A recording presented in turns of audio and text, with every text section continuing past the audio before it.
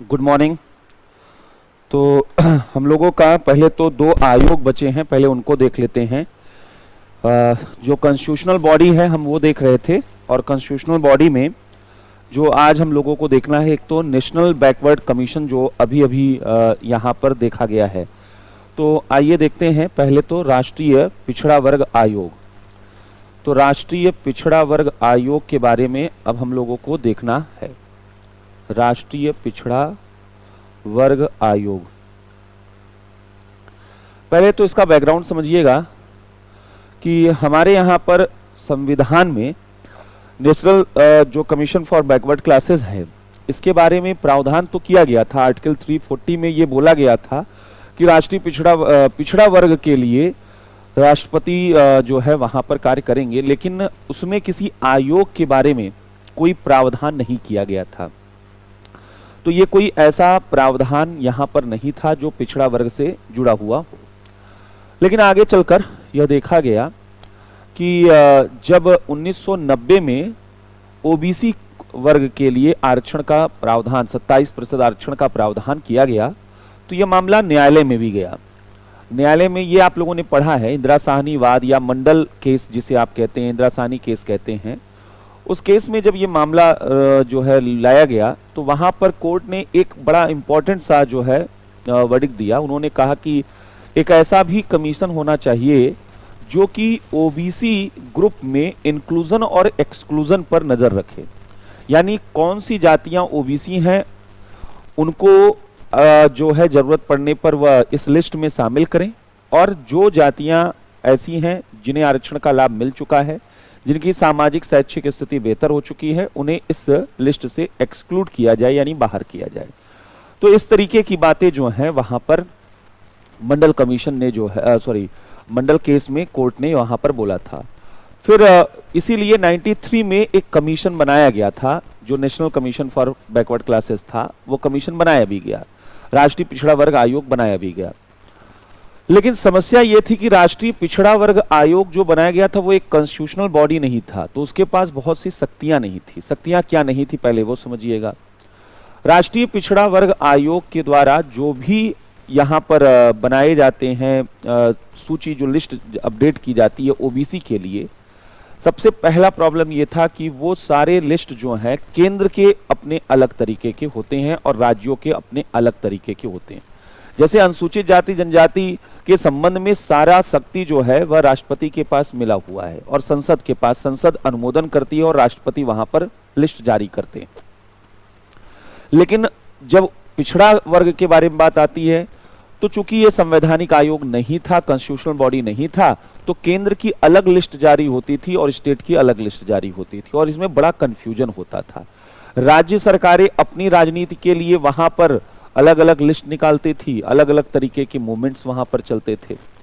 केंद्र जो है अपने तरीके से, आपने जाट आंदोलन, गुज्जर आंदोलन, पाटीदार आंदोलन, तमाम तरीके के आंदोलन भी देखे जो इसी वजह से हुए कि हमें ओबीसी लिस्ट में शामिल किया जाए।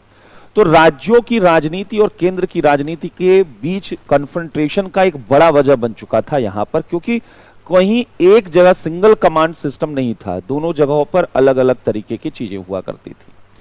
तो ये आवश्यकता महसूस की जा रही थी कि ये एक यूनिफॉर्मिटी हो जहां पर केंद्र से ही ये सारी चीजें डिसाइड की जाए। तो एक तो यहां पर जो है अब फायदा ये होगा कि राष्ट्रपति पिछड़ा वर्ग के लिए लिस्ट जो है इशू करेंगे, संसद अप्रूव करेगी, केंद्र और राज्य दोनों के लिए शक्तियां उन्हीं के पास हैं। दूसरा महत्वपूर्ण बात यह होता था कि अनुसूचित जाति और जनजाति आयोग एक रिपोर्ट तैयार करती थी अनुसूचित जातियों और जनजातियों के लिए, जो संसद में प्रस्तुत की जाती थी। क्योंकि वो संवैधानिक आयोग थे इसलिए ये चीजें वहां पर होती थी। लेकिन पिछड़ा वर्ग आयोग जो था अभी तक वह पार्लियामेंट के एक्ट के द्वारा बना सांविधिक आयोग था, संवैधानिक तो था नहीं, तो उसके रिपोर्ट संसद में प्रस्तुत नहीं किए जाते थे, उन पर बहस नहीं होती थी। और जब बहस नहीं होगा, डिबेट नहीं होगा, तो कोई अवेयरनेस वहां पर नहीं आएगा उस पर्टिकुलर क्लास के लिए। तो ऐसे में जो हमारा टारगेट है कि भाई उस पर डिस्कोर्स हो, उस पर अवेयरनेस बढ़े, उनका अपलिफ्टमेंट हो, वो हो नहीं पा रहा था।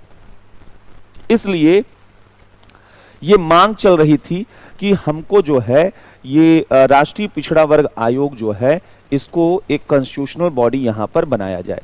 और यही वजह है कि 123वें संविधान संशोधन विधेयक या इसको बोलिए 102वें संविधान संशोधन अधिनियम के द्वारा जो है यह राष्ट्रीय पिछड़ा वर्ग को एक संवैधानिक आयोग अब बना दिया गया है। तो ये यहां पर पहली चीज तो समझने वाली चीज है, यानी 100 सेकेंड जो यहां पर कॉन्स्टिट्यूशनल अमेंडमेंट है 2018 के अंडर जो है आर्टिकल, एक नया आर्टिकल इंसर्ट किया गया है, आर्टिकल 338, आर्टिकल 338 बी के तहत जो है राष्ट्रीय पिछड़ा वर्ग आयोग, राष्ट्रीय पिछड़ा वर्ग आयोग को संवैधानिक आयोग, कॉन्स्टिट्यूशनल बॉडी अब बना दिया गया है। तो एक तो पहले ये समझना है, पहले ये स्टैट्यूटरी बॉडी था, पहले सांविधिक निकाय था, पहले स्टैट्यूटरी बॉडी था, लेकिन अब जो है संवैधानिक निकाय बना दिया गया है। अब यहीं से दो तीन चीजें हम समझते हैं। सबसे इंपॉर्टेंट, एक नया आर्टिकल इसी कॉन्स्टिट्यूशनल अमेंडमेंट से और लाया गया है, आर्टिकल 342A, ये पहले नहीं था। आर्टिकल 342 का के तहत क्या है कि अब राष्ट्रपति जो हैं वह ऐसी ओबीसी के लिए जो नोटिफिकेशन है वो कौन इशू करेगा? प्रेसिडेंट। अब राष्ट्रपति जो है वह पब्लिक नोटिफिकेशन के through,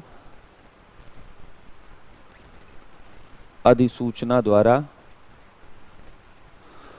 socially educationally backward classes का निर्धारण करेंगे।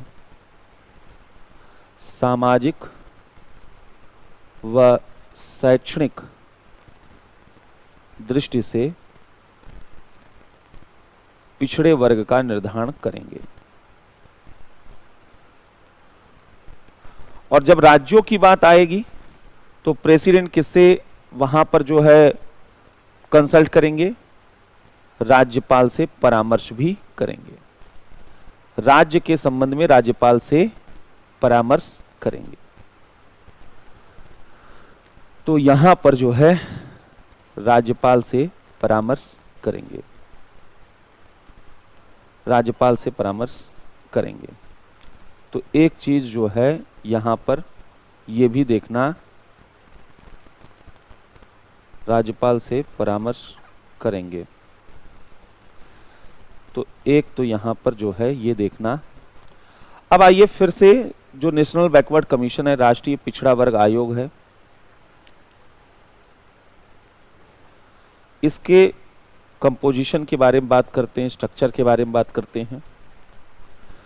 यहां पर एक अध्यक्ष होता है, एक उपाध्यक्ष होते हैं और 3 जो हैं सदस्य होते हैं। जैसे अनुसूचित जाति जनजाति आयोग का है ना, बिल्कुल सेम स्ट्रक्चर है। सभी लोगों को प्रेसिडेंट द्वारा अपॉइंट किया जाता है, राष्ट्रपति द्वारा नियुक्त किया जाता है। और सबसे इंपॉर्टेंट है कि यहां पर जो है इस कमीशन को यहां पर दीवानी न्यायालय यानी सिविल कोर्ट का स्टेटस है, इन्हें सिविल कोर्ट का स्टेटस दिया गया है, दीवानी न्यायालय का यहां पर दर्जा दिया गया है। अगर इनकी शक्तियों की बात करें तो सेम सारी शक्तियां और भूमिकाएं इनका है जो पहले जो है अनुसूचित जाति जनजाति आयोग में आप पढ़ चुके हैं।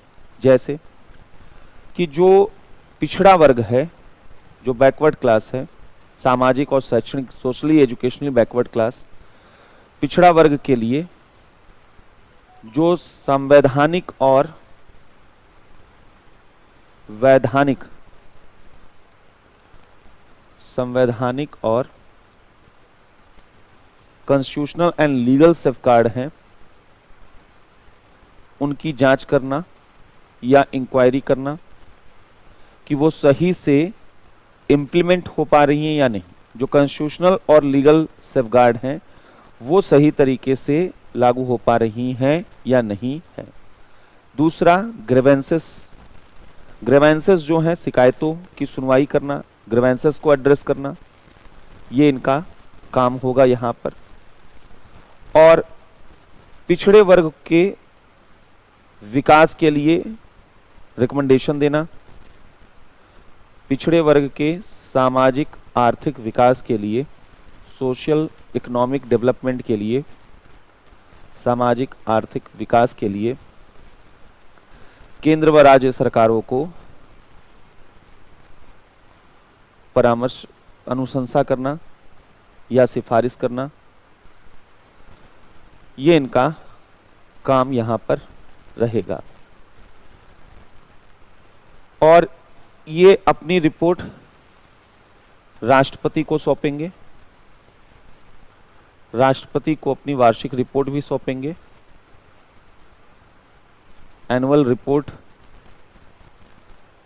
राष्ट्रपति को अपनी रिपोर्ट, वार्षिक रिपोर्ट सौंपेंगे और जिसे संसद में प्रस्तुत कराया जाएगा, जिसे संसद में प्रस्तुत कराया जाएगा। तो अभी चूंकि इसने काम करना शुरू किया है तो इसके मूल्यांकन का बहुत ज्यादा हमारे पास स्पेस नहीं है या इसके फाइंडिंग्स नहीं है। तो उम्मीद की जा रही है कि इस आयोग की सक्रियता से सामाजिक आर्थिक रूप से, सामाजिक शैक्षणिक दृष्टि से जो पिछड़े हुए लोग हैं, जो पिछड़ा वर्ग है, ओबीसी क्लास है, उसका अपलिफ्टमेंट हो पाएगा, उसका होलिस्टिक डेवलपमेंट हो पाएगा और यहाँ पर उनके जो लिए जो कॉन्स्टिट्यूशनल और लीगल सेफगार्ड है वो सही तरीके से पता चल पाएंगे। खासकर जो सबसे बड़ा समस्या है कि ओबीसी जो कम्युनिटी है वो एक बहुत बहुत बड़ी कम्युनिटी है, उसमें डिफरेंट कास्ट और सब कास्ट वहां पर शामिल हैं और अभी भी उनमें से बहुत बड़ी आबादी ऐसी है जो बहुत ही डिप्राइव्ड है और सोशली एजुकेशनली बैकवर्ड अभी भी बनी हुई है। तो ऐसे में अब तक के जितने भी मेजर्स लिए गए गवर्नमेंट के द्वारा, जितने भी स्कीम्स पॉलिसी स्टार्ट की गई, उनका इम्पैक्ट देखा गया एक पर्टिकुलर क्लास ग्रुप तक। अब उसको सब तक पहुंचाने का काम यहां पर इस कमीशन का होना चाहिए और इसके लिए उसे सेंटर और स्टेट गवर्नमेंट को सजेस्ट करना चाहिए कि क्या कैसे करना चाहिए। और अगर ऐसा होता है तो होपफुली यहां पर यह एक बड़ा प्रॉब्लम सॉल्व हो पाएगा जो ओबीसी कम्युनिटी से जुड़ा हुआ है। ये तो था यहां पर ओबीसी जो कम्युनिटी के लिए कमीशन बनाया गया।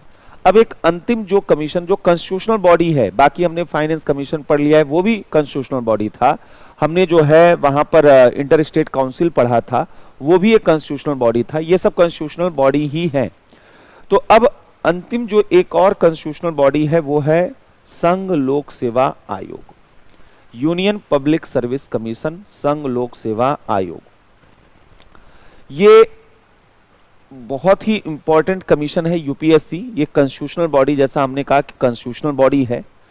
और संघ लोक सेवा आयोग जो यहां पर है, इसी के साथ साथ राज्य लोक सेवा आयोग भी होता है और संयुक्त लोक सेवा आयोग, 3 होते हैं। पहले उनको थोड़ा सा एक चीज समझ लेते हैं। यूनियन पब्लिक सर्विस कमीशन यानी संघ लोक सेवा आयोग, यूनियन पब्लिक सर्विस कमीशन और स्टेट पब्लिक सर्विस कमीशन, जो आप तैयारी कर रहे हैं पीसीएस की, तो ये state public service commission conduct करा रहा है, उत्तर प्रदेश जो पब्लिक सर्विस कमीशन है। तो संघ लोक सेवा आयोग और स्टेट पब्लिक सर्विस कमीशन यानी राज्य लोक सेवा आयोग, राज्य लोक सेवा आयोग दोनों ही कॉन्स्टिट्यूशनल बॉडी हैं, संवैधानिक आयोग हैं, संवैधानिक आयोग हैं। लेकिन एक और ऐसी ही एक बॉडी बनाई जा सकती है जिसको ज्वाइंट पब्लिक सर्विस कमीशन कहते हैं, संयुक्त लोक सेवा आयोग कहते हैं। यह ज्वाइंट पब्लिक सर्विस कमीशन तब बनाया जाता है जब किन्हीं 2 या अधिक स्टेट में एक कमीशन के थ्रू ही वह एग्जाम कंडक्ट कराने हो या रिक्रूटमेंट करना हो पब्लिक सर्वेंट का, तो उसके लिए कई बार ऐसा किया जा सकता है। जैसे पहले हरियाणा और पंजाब के लिए एक ही था, तो ज्वाइंट पब्लिक सर्विस कमीशन वहां पर बनाया जाता है, पार्लियामेंट के एक्ट के द्वारा बनाया जाता है, कॉन्स्टिट्यूशन में कहीं यह मेंशन नहीं है। इसलिए ज्वाइंट पब्लिक सर्विस कमीशन जो है, ज्वाइंट पब्लिक सर्विस कमीशन, संयुक्त लोक सेवा आयोग, यह कॉन्स्टिट्यूशनल बॉडी नहीं है। संयुक्त लोक सेवा आयोग वह सांविधिक निकाय होता है, स्टैच्यूरी बॉडी होता है, कॉन्स्टिट्यूशनल बॉडी नहीं, बल्कि क्या होता है, स्टैच्यूरी बॉडी होता है। यहां पर पहले तो यह समझना है। अब आइए थोड़ा सा संघ लोक सेवा आयोग के बारे में पहले देखते हैं। जो यूपीएससी है यानी संघ लोक सेवा आयोग, इसमें एक अध्यक्ष होते हैं, एक चेयरमैन होते हैं, और यहां पर जो है राष्ट्रपति डिसाइड करते हैं कि अदर मेंबर कितने होंगे, यानी राष्ट्रपति द्वारा निर्धारित अन्य सदस्य होते हैं। एक तो अध्यक्ष तो क्लियर है, अदर मेंबर कितने होंगे फिक्स नहीं है, अन्य सदस्य कितने होंगे ये फिक्स नहीं है। अगर हम बात करें यहां पर संघ लोक सेवा आयोग के बारे में, और अगर हम राज्य लोक सेवा आयोग के बारे में बात करें, स्टेट पब्लिक सर्विस कमीशन के बारे में बात करें, राज्य लोक सेवा आयोग जो है इसमें भी जो है एक अध्यक्ष होते हैं, एक चेयरमैन होते हैं, और राज्यपाल, यहां पर किसकी भूमिका है, यहां पर है गवर्नर की। यानी अदर कितने मेंबर होंगे कौन डिसाइड करेगा, राज्यपाल। तो गवर्नर द्वारा डिसाइडेड जो हैं अदर जितने भी मेंबर हों। तो अन्य सदस्य यहां पे, तो इन दोनों सदस्यों में जो है, इन दोनों आयोगों में मेंबर्स कितने होंगे ये फिक्स नहीं है, उधर प्रेसिडेंट और इधर गवर्नर जो है वो डिसाइड करते हैं। अब एक और यहां पर इंपॉर्टेंट चीज नोट करने लायक जो है, इन दोनों कमीशन में एक नियम है कि मेंबर कितने भी रख लीजिए, लेकिन जितने भी मेंबर होंगे उसमें आधे मेंबर ऐसे होंगे जिनका पब्लिक सर्विस में काम करने का पिछले 10 सालों का, लास्ट 10 ईयर का एक्सपीरियंस होना चाहिए। मतलब मेंबर्स का कोई क्वालिफिकेशन वगैरह उस तरीके से नहीं बताया गया है कि कौन मेंबर होंगे, कितने मेंबर होंगे, लेकिन जितने भी मेंबर हों, जैसे अगर यूनियन पब्लिक सर्विस कमीशन में 10 मेंबर हैं, तो 5 मेंबर एटलीस्ट ऐसे होने चाहिए जिनमें लास्ट 10 ईयर से एक्सपीरियंस पब्लिक सर्विस में हो। तो यहां पर इन दोनों आयोगों में, इन दोनों आयोगों के सदस्यों में से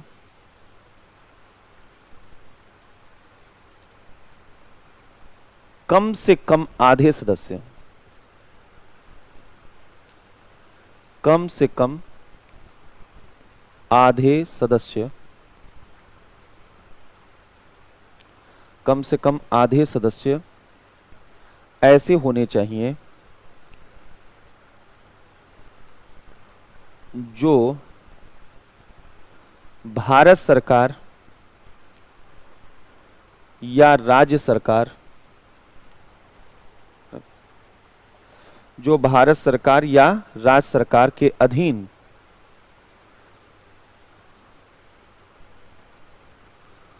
भारत सरकार या राज्य सरकार के अधीन 10 वर्ष तक पद धारण कर चुके हों, ऑफिस होल्ड कर चुके हों, 10 ईयर तक ऑफिस होल्ड कर चुके हों, पद धारण कर चुके हों। तो एक पहला चीज तो ये यहां पे इनके कंपोजिशन को लेकर है। अब आइए दूसरा फिर से यूपीएससी के बारे में देखते हैं, यूनियन पब्लिक सर्विस कमीशन, संघ लोक सेवा आयोग। यहां पर अध्यक्ष और सदस्यों की नियुक्ति कौन करेगा, प्रेसिडेंट। अध्यक्ष और सदस्यों की नियुक्ति राष्ट्रपति द्वारा की जाती है, नियुक्ति राष्ट्रपति द्वारा, इनका अपॉइंटमेंट प्रेसिडेंट द्वारा। और कोई क्वालिफिकेशन नहीं बताया गया कि क्या क्वालिफिकेशन है।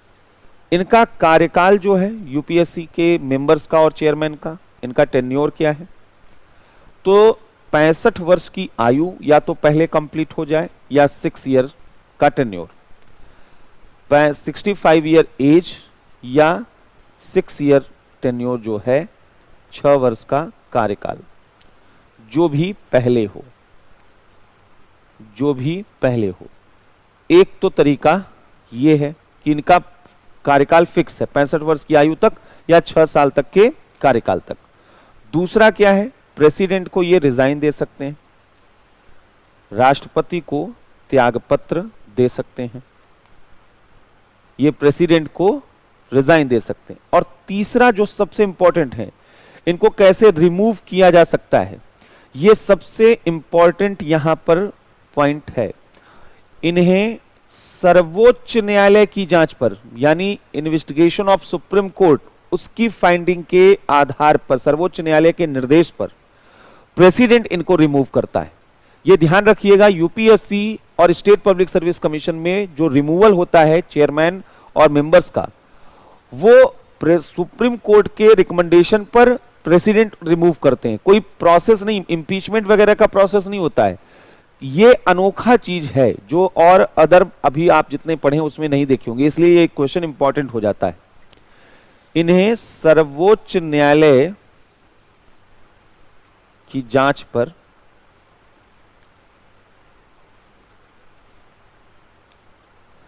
राष्ट्रपति द्वारा पदमुक्त किया जा सकता है, रिमूव किया जा सकता है। एक तो यहां पर यह समझना, और तीसरा अंतिम चीज यह समझना है कि जो यूनियन पब्लिक सर्विस कमीशन है, उसके चेयरमैन, उसके मेंबर्स, इनकी जो सैलरी होती है, जो इनके एक्सपेंसेस होते हैं, वह कंसोलिडेटेड फंड ऑफ इंडिया पर चार्ज्ड होते हैं। तो यूपीएससी के सदस्यों, अध्यक्ष व सदस्यों के वेतन व प्रशासनिक व्यय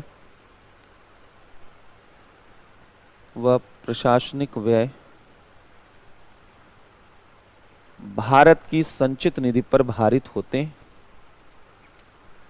भारत की संचित निधि पर भारित होते हैं।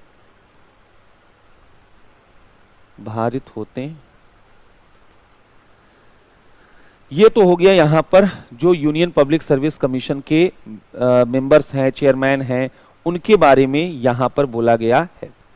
लेकिन एक और चीज यहां पर और यहां समझ लेते हैं, अगर यूपीएससी का चेयरमैन है, वो रिटायर्ड होता है, सेवानिवृत्ति के बाद अगर वो रिटायर होते हैं,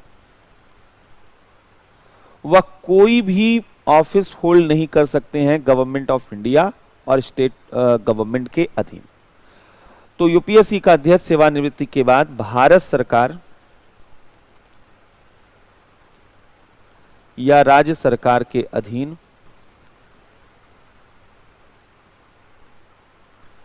किसी भी नियोजन का, एम्प्लॉयमेंट का पात्र नहीं होगा, नियोजन का पात्र नहीं होगा। तो एक तो ये अध्यक्ष के संबंध में है। अगर मेंबर्स की बात करें, सदस्यों की बात करें, तो सदस्य जो हैं वह यूपीएससी के अध्यक्ष हो सकते हैं या किसी स्टेट पब्लिक सर्विस कमीशन के, किसी स्टेट पब्लिक सर्विस कमीशन के अध्यक्ष के लिए नियुक्त हो सकते हैं, अदरवाइज नहीं। के लिए अपॉइंटेड हो सकते हैं यूपीएससी और स्टेट पब्लिक सर्विस कमीशन के चेयरमैन, अन्य पद ये होल्ड नहीं कर सकते हैं। गवर्नमेंट ऑफ इंडिया और स्टेट गवर्नमेंट के अधीन कोई पद धारण नहीं कर सकते। अब यहीं पर स्टेट पब्लिक सर्विस कमीशन के बारे में देखते हैं। राज्य लोक सेवा आयोग, सेम चीजें हैं, बस केवल एक जहां प्रेसिडेंट है वहां गवर्नर, जहां गवर्नर है वहां प्रेसिडेंट। तो ये फैक्चुअल चीजें हैं, इसी रूप में इनको पढ़ना है। अब राज्य लोक सेवा आयोग है, इनके चेयरमैन और मेंबर्स को कौन अपॉइंट करेगा? राज्यपाल। तो इनके अध्यक्ष व सदस्यों की नियुक्ति कौन करेगा? गवर्नर द्वारा किया जाएगा, राज्यपाल द्वारा। अब इनके अगर जो है टेन्योर की बात की जाए तो ये 62 साल तक कार्यकाल जो इनका है वह 62 वर्ष की आयु या 6 वर्ष का कार्यकाल। इनकी पदावधि इसको कहते हैं, टर्म ऑफ ऑफिस जो है 62 वर्ष की आयु, या यहां 62 है, यूपीएससी बड़ा है तो वहां 65 किया गया है, स्टेट में 62 किया गया है, या 6 ईयर टेन्योर, 6 वर्ष का कार्यकाल, जो भी पहले यहां पर हो। तो एक तो यहां पर है, दूसरा ये रिजाइन कर सकते हैं, किसको? ये गवर्नर को करेंगे, सिंपल लॉजिक के तहत राज्यपाल को त्यागपत्र दे सकते हैं। लेकिन जो सबसे इंपॉर्टेंट चीज यहां पर है, इनको रिमूव कौन करता है, पदमुक्त कौन करता है? तो इन्हें पदमुक्त राष्ट्रपति ही करेंगे, चाहे वो यूपीएससी के मेंबर चेयरमैन हो और चाहे स्टेट के। सर्वोच्च न्यायालय की जांच पर, सर्वोच्च न्यायालय की जांच पर राष्ट्रपति द्वारा किया जाता, ये एक इंपॉर्टेंट फीचर यहां पर। दूसरा, यहां पर इनके वेतन और भत्ते वो स्टेट गवर्नमेंट के कंसोलिडेटेड फंड पर बेस्ड होते हैं। इनके वेतन व प्रशासनिक व्यय जो एडमिनिस्ट्रेटिव एक्सपेंडिचर हैं वह राज्य सरकार की संचित निधि पर भारित होते हैं। तो ये यहां पर समझना। तो ये इनके जो भी सैलरी हैं, इनके एक्सपेंडिचर, एडमिनिस्ट्रेटिव एक्सपेंडिचर हैं, ये सब स्टेट गवर्नमेंट के कंसोलिडेटेड फंड पर चार्ज्ड होते हैं। क्लियर है? रही बात आफ्टर रिटायरमेंट, सेवानिवृत्ति के बाद क्या होता है, तो सेम रूल यहां भी अप्लाई होता है। सेवानिवृत्ति के बाद अगर पूछा जाए अध्यक्ष का क्या होगा, तो अध्यक्ष यहां दो काम कर सकते हैं। यूपीएससी के अध्यक्ष या सदस्य हो सकते हैं, और या किसी स्टेट पब्लिक सर्विस कमीशन के चेयरमैन हो सकते हैं। स्टेट पब्लिक सर्विस कमीशन के चेयरमैन हो सकते हैं, अन्य पद के पात्र नहीं होंगे, अदर ऑफिस होल्ड नहीं कर सकते। अगर मेंबर्स की बात करें तो मेंबर्स जो हैं वह इसी तरीके से वह यूपीएससी के अध्यक्ष हो सकते हैं, चेयरमैन हो सकते हैं, या मेंबर हो सकते हैं, या जो है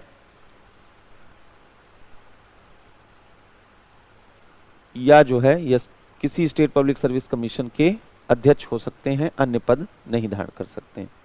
अध्यक्ष या जिस आयोग में है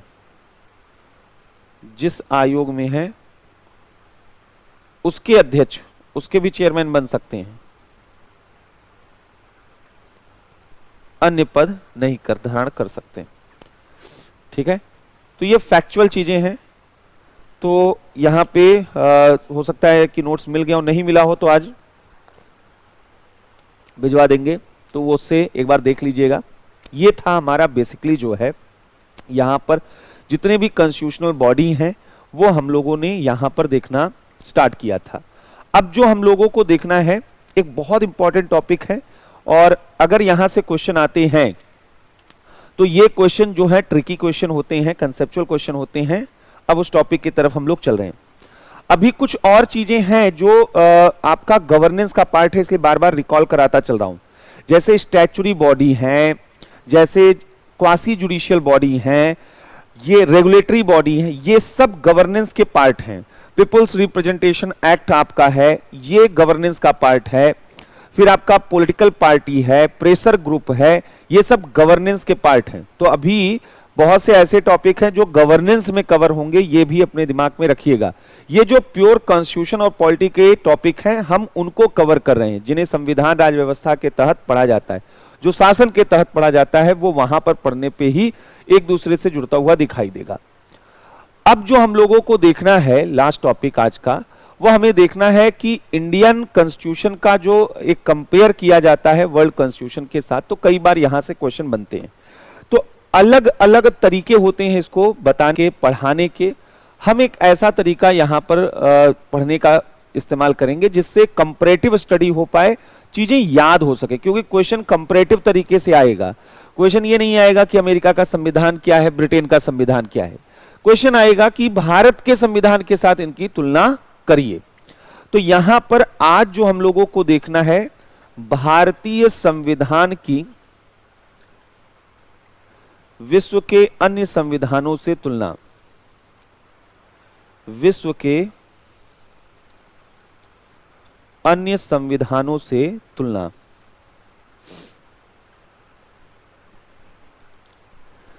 भारतीय संविधान की विश्व के अन्य संविधानों से तुलना यहां पर।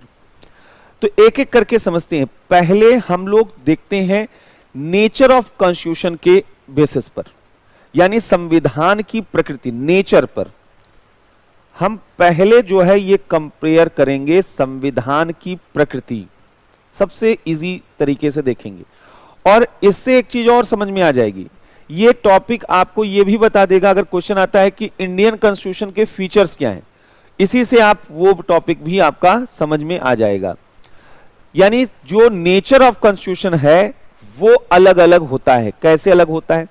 दुनिया में दो तरीके के कॉन्स्टिट्यूशन जो हैं पॉपुलर हैं, एक जिसे हम रिटन और एक जिसे हम अनरिटन कॉन्स्टिट्यूशन कहते हैं। यानी एक ऐसा होता है जिसे हम लिखित संविधान कहते हैं, और कुछ ऐसे होते हैं जिन्हें हम अलिखित संविधान कहते हैं, अनरिटन कॉन्स्टिट्यूशन के रूप में देखते हैं। जब हम कहते हैं रिटन कॉन्स्टिट्यूशन है, तो रिटन कॉन्स्टिट्यूशन का मतलब है जो कोडिफाइड हो, यहां पर संहिताबद्ध हो। संविधान जो है संहिताबद्ध हो, निश्चित समय में वह संहिताबद्ध कब?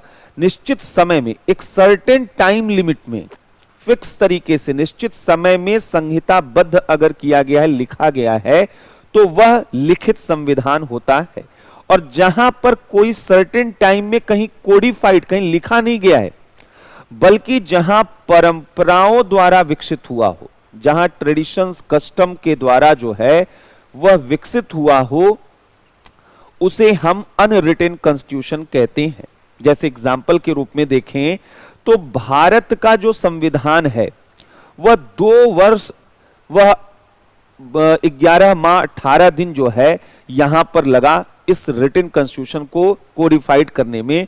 एक कॉन्स्टिट्यूएंट असेंबली द्वारा किया गया था इसे। तो यहां पर भारत में, या इसी तरीके से अमेरिका के कॉन्स्टिट्यूशन को देखें तो रिटन कॉन्स्टिट्यूशन है, फ्रांस के कॉन्स्टिट्यूशन को देखें तो रिटन कॉन्स्टिट्यूशन है, जापान के कॉन्स्टिट्यूशन को देखें तो ये सब रिटन कॉन्स्टिट्यूशन यहां पर है। अनरिटन कॉन्स्टिट्यूशन का एक एग्जाम्पल ब्रिटेन दिखाई देता है, जहां किसी निश्चित समय में किसी कॉन्स्टिट्यूएंट असेंबली द्वारा कभी कॉन्स्टिट्यूशन को कोडिफाइड नहीं किया गया, बल्कि अलग अलग समय में वहां जितने कानून बनते गए, जितने ट्रेडिशंस डेवलप होते गए, जितने कस्टम डेवलप होते गए, उन्हीं के बेस पर मान लिया गया ओरली कि ये हमारा कॉन्स्टिट्यूशन है। तो ये अनरिटन कॉन्स्टिट्यूशन है। एक चीज यहां ध्यान रखिएगा, अनरिटन होने का मतलब ये नहीं है कि वहां कुछ लिखा ही नहीं गया है। लिखा तो गया है, लेकिन वो किसी एक निश्चित समय में नहीं लिखा गया है। कोई कानून 1990 का बना हुआ है, कोई 1911 का बना हुआ है, कोई 1745 का बना हुआ है, वो भी उसके कॉन्स्टिट्यूशन के पार्ट माने जाते हैं। यानी डेलिबरेटली कॉन्स्टिट्यूशन वहां पर नहीं बनाया गया है। तो यहां पर पहला तो सबसे इंपॉर्टेंट चीज क्या था कि कॉन्स्टिट्यूशन जो है उसके नेचर के आधार पर अगर हम देखते हैं। दूसरा जो सबसे बड़ा यहां पर यह देखा जाता है डिफरेंस, वह है कॉन्स्टिट्यूशनल अमेंडमेंट के प्रोसीजर पर। यानी on the ground of constitutional amendment, जो प्रोसीजर है संविधान में संशोधन प्रणाली के संबंध पर, संविधान संशोधन की प्रक्रिया के संबंध में। प्रोसीजर अलग अलग है, ये दुनिया के अलग अलग देशों में प्रक्रिया के संबंध में दिखाई देता है। जैसे अगर यहां पर देखें तो एक तरफ ऐसे कॉन्स्टिट्यूशन होते हैं जो फ्लेक्सिबल होते हैं और एक जो होते हैं रिजिड होते हैं। एक जहां पर कठोर प्रक्रिया अपनाई जाती है, रिजिड कॉन्स्टिट्यूशनल अमेंडमेंट होता है, और जहां पर वह फ्लेक्सिबल यानी नम्र प्रक्रिया होती है। जहां पर यह देखा जाता है रिजिड, वहां पर यह देखा जाता है कि एक जो है कॉन्स्टिट्यूशनल अमेंडमेंट के लिए एक बहुत ही टफ जो है मेजॉरिटी की जरूरत होती है, यानी विशेष बहुमत के माध्यम से। यहां पर जो है अगर हम देखें तो भारत हुआ, यहां पर अमेरिका हुआ, या भारत को भी नहीं रखते हैं, अमेरिका, फ्रांस, जापान जैसे देशों में बहुत ही रिजिड कॉन्स्टिट्यूशनल अमेंडमेंट है, जहां पर विशेष बहुमत के माध्यम से स्पेशल मेजॉरिटी के थ्रू कॉन्स्टिट्यूशन में यहां अमेंडमेंट होते हैं, विशेष बहुमत के माध्यम से होते हैं, स्पेशल मेजॉरिटी की जरूरत होती है। जबकि फ्लेक्सिबल जो यहां पर प्रोसीजर होता है, लचीली प्रक्रिया अपनाई जाती है, वो ब्रिटेन में देखी जाती है। ब्रिटेन की स्थिति तो यह है कि वहां पर सिंपल मेजॉरिटी से कॉन्स्टिट्यूशनल अमेंडमेंट कर दिया जाता है, यानी साधारण बहुमत से संविधान में संशोधन कर दिया जाता है। इसका वजह क्या है, पहले यह समझिएगा। संविधान में संशोधन कर दिया जाता, इसका रीजन यह है कि यहां साधारण कानून और ऑर्डिनरी लॉ और कॉन्स्टिट्यूशनल लॉ, साधारण कानून और संवैधानिक कानून में जो है अंतर नहीं देखा जाता है। यहां पर ऑर्डिनरी लॉ जो पार्लियामेंट के द्वारा लॉ बन रहे हैं और जो कॉन्स्टिट्यूशनल लॉ है यानी कॉन्स्टिट्यूशन में लिखे लॉ, उनमें कोई अंतर है ही नहीं। असल में संसद जो कानून बनाता है वही संविधान है। इस वजह से यहां पर संविधान संशोधन के लिए कोई अलग प्रक्रिया, सेपरेट प्रोसीजर यहां पर स्पेशली अलग एक स्पेसिफाइड जो है प्रोसीजर नहीं देखा जाता है। यहां पर कॉन्स्टिट्यूशनल अमेंडमेंट के लिए, संविधान संशोधन के लिए कोई भिन्न प्रक्रिया फॉलो नहीं की जाती है, कोई भिन्न प्रक्रिया पालन नहीं की जाती है। मतलब कि वहां पर पार्लियामेंट में एक आया, सिंपल मेजॉरिटी से कोई लॉ आया, उसको चेंज कर दिया गया, तो कहा गया आज से कॉन्स्टिट्यूशनल में चेंज हो गया। क्योंकि यहां का कॉन्स्टिट्यूशन कोई रिटन कॉन्स्टिट्यूशन तो है नहीं, कोई पुरानी चीज थी, पार्लियामेंट ने उसको अमेंड कर दिया कि अब वो पुरानी चीज नहीं मानी जाएगी, अब नई चीज। तो ये एक बड़ा चेंज वहां पर आ जाता है। और जब हम बात करते हैं रिजिड जो कॉन्स्टिट्यूशनल अमेंडमेंट होते हैं, तो वहां पर यह अंतर देखा जाता है। ऑर्डिनरी लॉ और कॉन्स्टिट्यूशनल लॉ में एक डिफरेंस पाया जाता है। साधारण कानून व संवैधानिक कानून में अंतर पाया जाता है, संवैधानिक कानून में अंतर पाया जाता है। और इसलिए संविधान संशोधन की एक विशिष्ट प्रक्रिया, एक अलग सेपरेट प्रोसीजर यहां पे पाया जाता है। संविधान संशोधन की विशिष्ट प्रक्रिया यहां पर पाई जाती, ये एक मेजर डिफरेंस यहां पर दिखाई देता। ठीक है, तो यहां पर एक रिजिड जो तरीके से कॉन्स्टिट्यूशनल अमेंडमेंट होता है, एक फ्लेक्सिबल तरीके से होता है। तो दुनिया में दो तरीके के देश हम देखते हैं। भारत को कहां रखते हैं, तो हम भारत को इन दोनों के बीच में रखते हैं। भारत में जो है कॉन्स्टिट्यूशनल अमेंडमेंट वह कठोर और नमनीय दोनों है। भारत में संविधान संशोधन वह कठोर तरीके से भी होते हैं, यानी कई अमेंडमेंट ऐसे हैं जिसके लिए आपको स्पेशल मेजॉरिटी चाहिए, अलग प्रोसीजर भी दिया गया है। और कुछ ऐसे कॉन्स्टिट्यूशन में अमेंडमेंट भी किए जा सकते हैं जो सिंपल मेजॉरिटी से किए जा सकते हैं। कठोर व नमनीयता का मिश्रण है, यहां पर इन दोनों का मिश्रण भारत में देखा जाता है।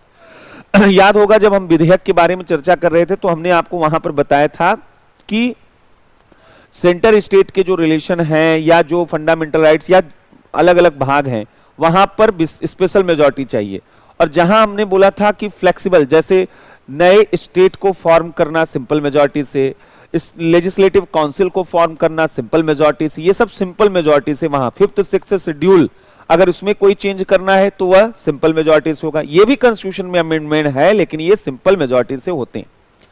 अब सबसे इंपॉर्टेंट चीज तीसरा समझते हैं, फॉर्म ऑफ गवर्नमेंट वह दुनिया के अन्य देशों में और भारत में कैसा है। यानी फॉर्म ऑफ गवर्नमेंट के लेवल पर हम देखते हैं, शासन प्रणाली के स्वरूप के स्तर पर, फॉर्म ऑफ गवर्नमेंट शासन प्रणाली के स्वरूप के स्तर पर हमको अब देखना है। तो यहां पर जो है फॉर्म ऑफ गवर्नमेंट अगर हम देखें तो वो कैसा है, तो दुनिया में वैसे तो तीन तरीके के गवर्नमेंट के फॉर्म है जो हम लोगों ने चर्चा किया हुआ है। एक हमने देखा हुआ था प्रेसिडेंशियल फॉर्म ऑफ गवर्नमेंट, एक पार्लियामेंट्री फॉर्म ऑफ गवर्नमेंट और एक जो है semi presidential form of government. लेकिन हम यहां पर भारत और ब्रिटेन इनको पहले लेंगे क्योंकि दोनों जगहों पर फॉर्म ऑफ गवर्नमेंट कैसा है, पार्लियामेंट्री फॉर्म ऑफ गवर्नमेंट। फिर अमेरिका को देखेंगे क्योंकि अमेरिका में प्रेसिडेंशियल फॉर्म ऑफ गवर्नमेंट है, फिर भी हमने कई फीचर वहां से लिए हैं, तो इसलिए एक एक करके यहां पर देखते हैं। तो पहले हम लोग यहां पर जो है वह देखते हैं कि कहां किस तरीके का फॉर्म ऑफ गवर्नमेंट है। तो अगर हम बात करें तो यहां पर वह पहले हम लोग समझते हैं parliamentary form of government. Parliamentary form of government, इनमें हम डिफरेंस देखने की कोशिश करेंगे इंडिया और ब्रिटेन में। ब्रिटेन और भारत, इन दोनों में अंतर क्या है, दोनों में है संसदीय शासन प्रणाली लेकिन डिफरेंसेस हैं। तो ब्रिटेन में जो वहां पर फॉर्म ऑफ गवर्नमेंट है उसको हम कॉन्स्टिट्यूशनल मोनार्की कहते हैं। यहां पर संवैधानिक जो है राजतंत्र है। संवैधानिक राजतंत्र का मतलब क्या है, लोकतंत्र तो है लेकिन मोनार्की अभी भी बनी हुई है, भले ही उनके पास पावर नहीं है। यहां पर राजा रानी के पास पावर बिल्कुल नहीं है, द क्राउन जिसे कहा जाता है, लेकिन वो एग्जिस्ट करते हैं क्योंकि हेरिडेटरी के थ्रू यहां पर जो है हेड ऑफ नेशन जो है वह बना रहता है, तो इसलिए इसको कॉन्स्टिट्यूशनल मोनार्क कहते हैं। लेकिन जब हम इंडिया में आते हैं तो ये डेमोक्रेटिक रिपब्लिक है क्योंकि यहाँ राष्ट्रपति का चुनाव होता है। तो यहाँ एक अंतर इन दोनों जगहों पर, ये कीवर्ड्स हैं, यही आंसर में दिखने चाहिए, डेमोक्रेटिक रिपब्लिक, कॉन्स्टिट्यूशनल मोनार्क। तो यहाँ पर कॉन्स्टिट्यूशनल मोनार्क से एक चीज समझ में आ गया कि यहाँ हेड ऑफ नेशन जो है वह हेरिडेटरी यहाँ पर होते हैं। यहाँ पर जो है राष्ट्राध्यक्ष वंशानुगत होते हैं, यहाँ राष्ट्राध्यक्ष वंशानुगत होते हैं। और जब भारत की बात करते हैं तो यहां पर हमने कहा था राष्ट्राध्यक्ष निर्वाचित होते हैं, यहां राष्ट्राध्यक्ष निर्वाचित होते हैं। दूसरा जो सबसे बड़ा डिफरेंस है इंडिया और ब्रिटेन के पार्लियामेंट्री सिस्टम में, डिफरेंस की बात कर रहे हैं जिसको आप बोलिए डाइवर्जेंस जो है यहां पर, तो सबसे बड़ा अंतर यह है कि ब्रिटेन में पार्लियामेंट्री सॉवरेंटी का कंसेप्ट काम करता है। यहां संसदीय संप्रभुता, पार्लियामेंट्री सॉवरेंटी, संसद जो चाहे वो कर सकती है। ब्रिटेन में संसद को कोई भी चेक नहीं कर सकता, यहां संसदीय संप्रभुता पाई जाती है, यहां संसदीय संप्रभुता पाई जाती है। यानी इसका मतलब क्या है, संसद के किसी भी लॉ को जुडिशरी इलीगल या इनवैलिड नहीं डिक्लेयर कर सकती है क्योंकि यहां पर जुडिशियल रिव्यू जैसा कोई प्रोविजन नहीं है। यहीं पर यह बहुत बड़ा अंतर है ब्रिटेन की जुडिशियल सिस्टम और इंडियन जुडिशियल सिस्टम में। तो यहां पर जो है, यहां संसद द्वारा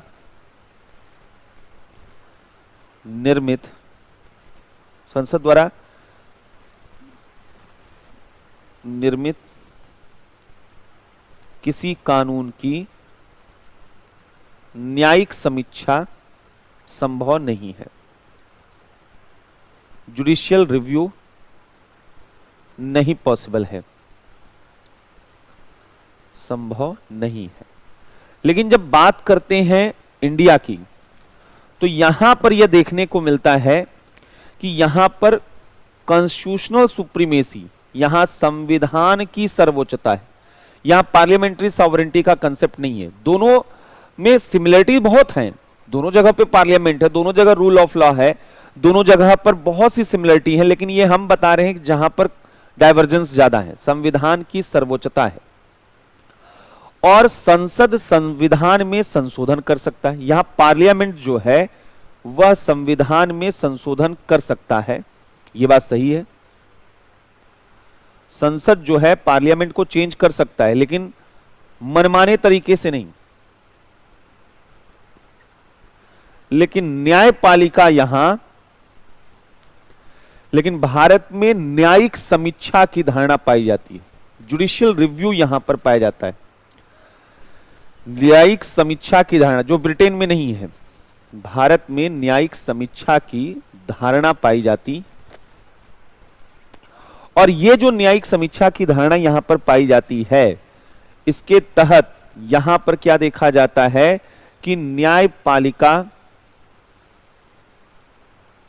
संसदीय कानूनों की संवैधानिकता की जांच कर सकता है, पार्लियामेंट्री लॉ के कॉन्स्टिट्यूशनल वैलिडिटी को एग्जामिन कर सकता है, संसदीय कानूनों की संवैधानिकता की जांच कर सकता, संवैधानिकता की जांच कर सकता। तो ये यहां पर इनमें डिफरेंसेस देखे जाते हैं, संवैधानिकता की जांच कर सकता है, ये सब डिफरेंसेस के रूप में यहां पर देखे जा सकते हैं। और डिफरेंसेस देखते हैं कि क्या क्या यहां पर है। यहां पर एक और महत्वपूर्ण डिफरेंस यहां पर है, चौथा जो इंपॉर्टेंट है, दोनों ही बाइकैमरल लेजिस्लेचर हैं, दोनों जगहों पर देखा जाता है कि संसद के दो सदन हैं।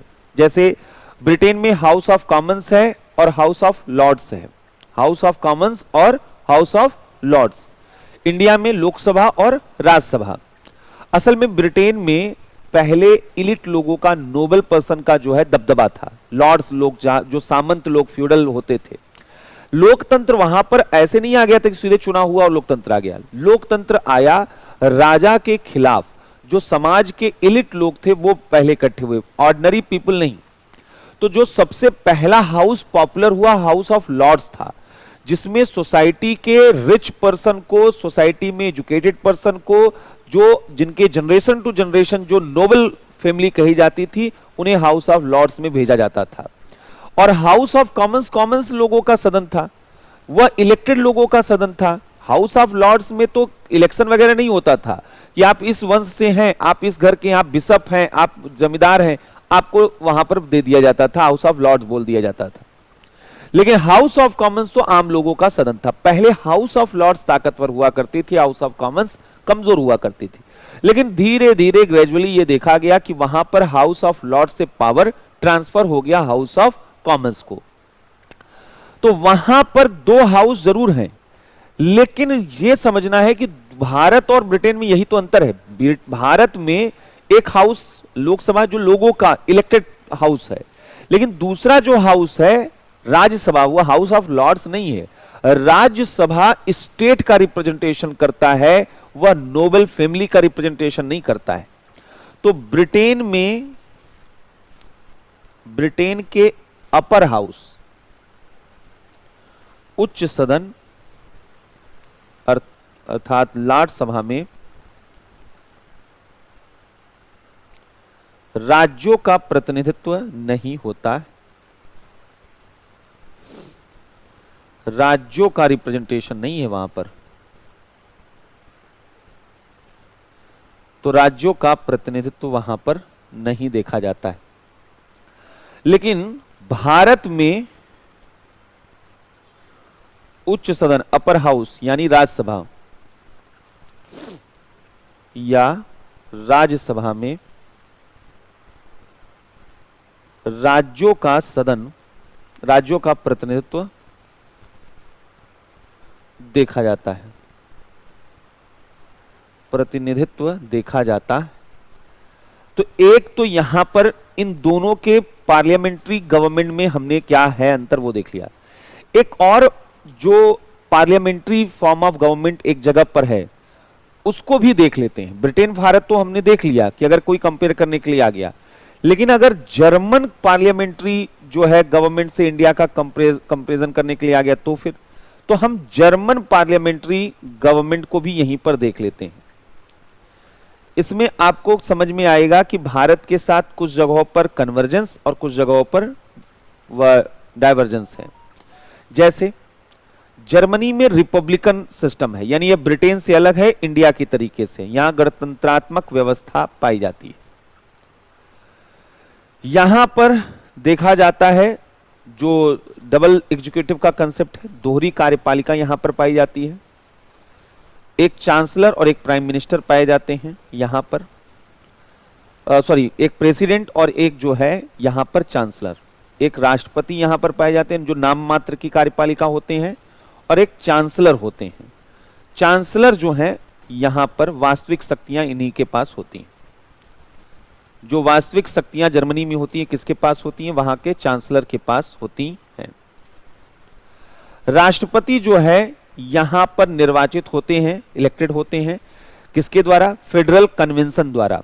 यहां पर एक फेडरल कन्वेंशन होता है जैसे भारत में होता है। तो यहां पर राष्ट्रपति जो होते हैं 5 ईयर के लिए इलेक्ट होते हैं। सेम इंडिया जैसा मॉडल है, थोड़ा बहुत अंतर है। राष्ट्रपति 5 वर्ष के लिए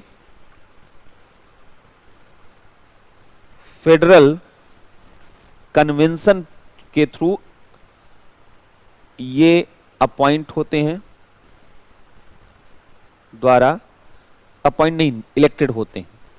ये जो फेडरल कन्वेंशन होता है इसमें कौन कन्वेंशन में आता है? यहां का जो पार्लियामेंट है उसमें एक बुंदेस्टैग है और एक बुंदेस्रैत है। बुंदेस्टैग और बुंदेस्रैत दो हाउसेस यहां पर हैं, जैसे इंडिया में लोकसभा राज्यसभा। तो यहां पर बुंदेस्टैग, स्टैग के जितने भी मेंबर हैं और स्टेट लेजिस्लेचर के जितने मेंबर हैं वो दोनों शामिल होते हैं। तो यहां जो है इसमें इस फेडरल कन्वेंशन में जैसे भारत में होता है, बुंदेस्टैग के सभी मेंबर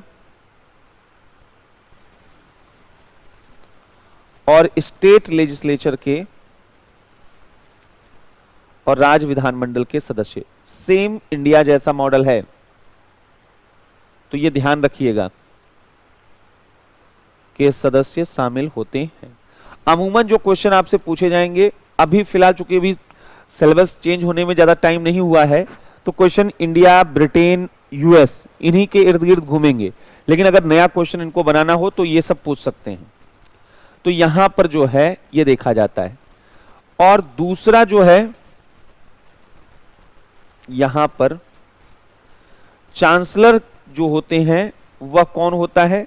जो बुंदेस्टैग का जो है यहां पर वो होता है मेजॉरिटी बुंदेस्टैग, यानी जैसे लोकसभा हमारे यहां वैसे वहां बुंदेस्टैग है, और जो राज्यों का हाउस है उसको बुंदेस्रैत कहते हैं। यहां बुंदेस्टैग और बुंदेस्रैत। तो चांसलर जो है, चांसलर कौन होता है?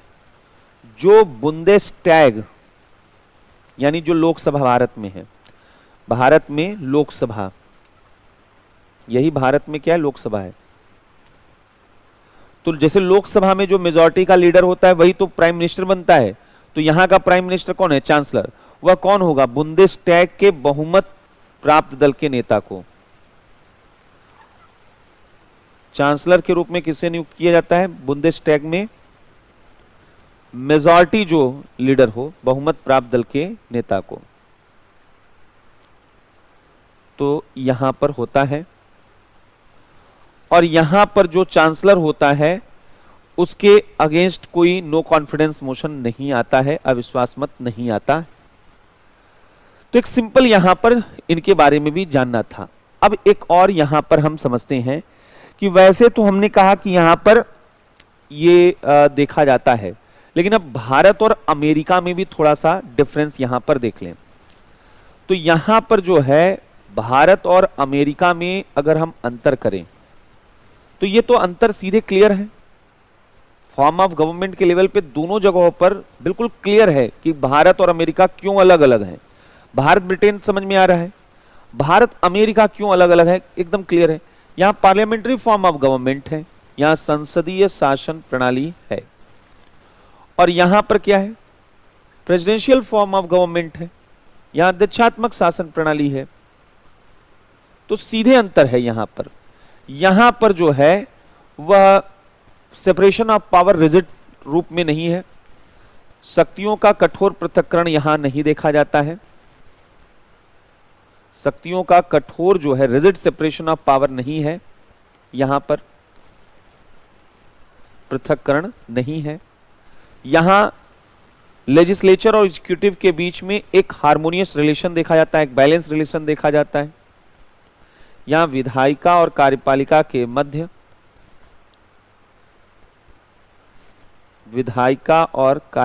के मध्य सामंजस्यपूर्ण संबंध देखा जाता है, सामंजस्यपूर्ण संबंध देखा जाता है। और यहां अमेरिका में क्या है, यहां रिजिड सेपरेशन ऑफ पावर है, यहां शक्तियों का कठोर पृथक्करण देखा जाता है, शक्तियों का कठोर पृथक्करण देखा जाता है। यह केवल अंतर की बात चल रही है, दोनों में अंतर क्या है यहां पर, तो यहां शक्तियों का कठोर पृथक्करण पाया जाता है। नेक्स्ट यहां पर जो है, यहां पर इंडिया की अगर बात करें तो इंडिया में डबल एग्जीक्यूटिव, यहां दोहरी कार्यपालिका पाई जाती है, एक राष्ट्रपति और एक प्रधानमंत्री। यहां पर सिंगल एग्जीक्यूटिव पाया जाता है, अमेरिका में क्या है, एकल कार्यपालिका, सिंगल एग्जीक्यूटिव। यहां पर जो है सिंगल एग्जीक्यूटिव होता है, क्यों, क्योंकि राष्ट्रपति जो है यहां का प्रेसिडेंट, वह एक साथ यहां पर जो है हेड ऑफ नेशन भी होता है, वह राष्ट्राध्यक्ष भी होता है और हेड ऑफ गवर्नमेंट भी होता है, यानी शासना अध्यक्ष भी होता है। जबकि इंडिया में प्रेसिडेंट जो है यहां अलग होता है और प्राइम मिनिस्टर यहां दो एग्जीक्यूटिव होते हैं। अमेरिका में कोई प्रधानमंत्री अध्यक्षात्मक शासन में नहीं, यहां राष्ट्रपति हेड ऑफ नेशन होता है, राष्ट्राध्यक्ष होता है, और प्राइम मिनिस्टर यहां पर हेड ऑफ गवर्नमेंट होता है। एक्चुअल पावर प्राइम मिनिस्टर के पास होती है। तो यहां पर यह भी एक अंतर यहां पर देखने को मिलता है। राष्ट्रपति का निर्वाचन यहां भी अमेरिका में भी होता है, एक इलेक्टोरल कॉलेज के द्वारा, और 4 वर्ष के लिए यहां पर राष्ट्रपति का जो निर्वाचन है यहां पर वह एक निर्वाचक मंडल द्वारा 4 वर्ष के लिए किया जाता है। तो ये एक बड़ा अंतर यहां पर और आता है। क्या अंतर आता है, फिर से देखिए। राष्ट्रपति का निर्वाचन इंडिया में प्रेसिडेंट का इलेक्शन कौन करता है, राष्ट्रपति के निर्वाचक भारत में राष्ट्रपति के इलेक्टोरल कॉलेज में कौन आता है, मंडल में संसद के दोनों सदनों के निर्वाचित सदस्य, संसद के दोनों हाउसेस के निर्वाचित सदस्य इलेक्टेड मेंबर आते हैं, और कौन आता है, स्टेट लेजिस्लेटिव असेंबली के इलेक्टेड मेंबर आते हैं, राज्य विधानसभा। ये चीजें चूंकि आप पढ़ते आए हैं अभी तक, ये सब हम कंपेयर पहले से ही ये टॉपिक हम लोग कर रहे थे, बस इसको अब हम एक जगह कोडिफाइड कर रहे हैं। राज्य विधानसभा के निर्वाचित सदस्य ये यहां पर जो है वह प्रेसिडेंट के इलेक्शन में पार्टिसिपेट करते हैं।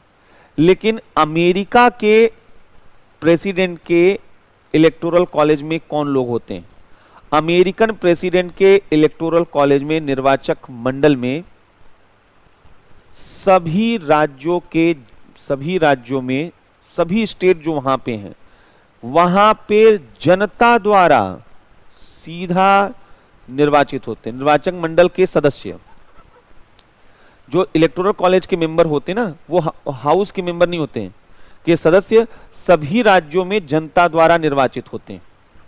जनता सीधे प्रेसिडेंट को वोट नहीं करती है, पहले जो पब्लिक है वो कुछ लोगों को इलेक्ट करेगी, ये जो लोग होते हैं ये लोग प्रेसिडेंट को इलेक्ट करते हैं। तो यहां पर इलेक्टोरल कॉलेज का भी इलेक्शन होता है। यहां पर तो इलेक्टोरल कॉलेज फिक्स है कि पार्लियामेंट के दोनों हाउसेस के इलेक्टेड मेंबर और स्टेट लेजिस्लेटिव असेंबली के इलेक्टेड मेंबर। तो एक चीज तो यहां पर यह क्लियर होना चाहिए कि राष्ट्रपति के निर्वाचक मंडल के सदस्य सभी राज्यों में जनता द्वारा निर्वाचित होते हैं। यहां पर राष्ट्रपति के खिलाफ महाभियोग लाया जा सकता है, भारत में भी लाया जा सकता है, इसमें कहीं कोई डाउट नहीं है। लेकिन जब भारत में महाभियोग लाया जाता है, प्रेसिडेंट के अगेंस्ट राष्ट्रपति के विरुद्ध महाभियोग लाया जाता है, कहां पे? भारत में। राष्ट्रपति के विरुद्ध महाभियोग इंपीचमेंट इंडिया में लाया जा सकता है, इसमें कहीं कोई डाउट नहीं है। लेकिन यहां पर महाभियोग कहां और कैसे लाया जाएगा? आधार केवल एक है, एकमात्र ग्राउंड क्या है? On the violation of constitution, संविधान के अतिक्रमण पर। इंडियन प्रेसिडेंट को संविधान के अतिक्रमण के आधार पर ही हटाया जा सकता है, एकमात्र। और दूसरा, ये जो है यहां पर ये कहां पर लाया जाएगा? ये संसद के दोनों सदनों में, संसद के दोनों सदनों में, पार्लियामेंट के बोथ हाउसेस में ये इंपीचमेंट लाया जाता है। थोड़ा अमेरिका का इंपीचमेंट का प्रोसेस देखिए। अमेरिका में राष्ट्रपति के अगेंस्ट जो इंपीचमेंट लाया जाता है, यूएस प्रेसिडेंट का राष्ट्रपति के विरुद्ध जो इंपीचमेंट लाया जाता है, महाभियोग लाया जाता है, पहले एक एक करके वहां पर समझते हैं इसका ग्राउंड क्या है। इंडिया में तो ग्राउंड केवल वायलेशन ऑफ कॉन्स्टिट्यूशन है, लेकिन वहां पर जो है सीरियस अनकॉन्स्टिट्यूशनल अगर प्रैक्टिसेस करते हैं, अगर कोई असंवैधानिक कृत्य करते हैं, तो ये तो हमारे यहां भी है।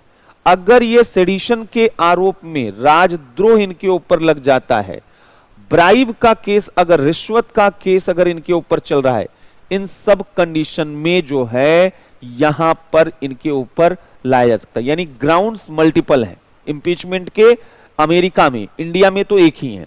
दूसरा, जो इनिशिएशन होगा महाभियोग का, महाभियोग कहां पर शुरू होगा? तो महाभियोग यहां पर, जैसे भारत में तो संसद के किसी भी हाउस में शुरू हो सकता है, लेकिन यूएस में ऐसा नहीं है। यूएस में जो इंट्रोडक्शन होगा इंपीचमेंट का, वो केवल और केवल हाउस ऑफ रिप्रेजेंटेटिव, वहां का जो सदन है उसे प्रतिनिधि सदन कहते हैं। सीनेट और house of representative, senate state के लोग चुनकर आते हैं, हाउस ऑफ रिप्रेजेंटेटिव जनता के लोगों के द्वारा। तो प्रतिनिधि सदन में ही प्रारंभ होता है, और जब प्रतिनिधि सदन में पास हो जाता है तब यह सीनेट में प्रस्तुत होता है। इसके बाद सीनेट में जाता है। सीनेट में जब यह जाता है तो वहां 2/3 बहुमत, जहां 2/3 मेजॉरिटी से अगर यह पास हो जाता है, तब यहां पर जो है उन्हें हटाना होता है। तो एक चीज ये यहां पर समझने वाली बात है। एक और चीज जो भारत और अमेरिका के मतलब सिस्टम में डिफरेंसेस देखने को मिलता है कि इंडिया में राष्ट्रपति जो है वह प्रधानमंत्री और उसके मंत्रिपरिषद के प्रति, सॉरी, यहां जो प्राइम मिनिस्टर और यहां पर जो है प्राइम मिनिस्टर, जो एक्चुअल यहां का एग्जीक्यूटिव है इंडिया में, वो है कौन? Prime minister.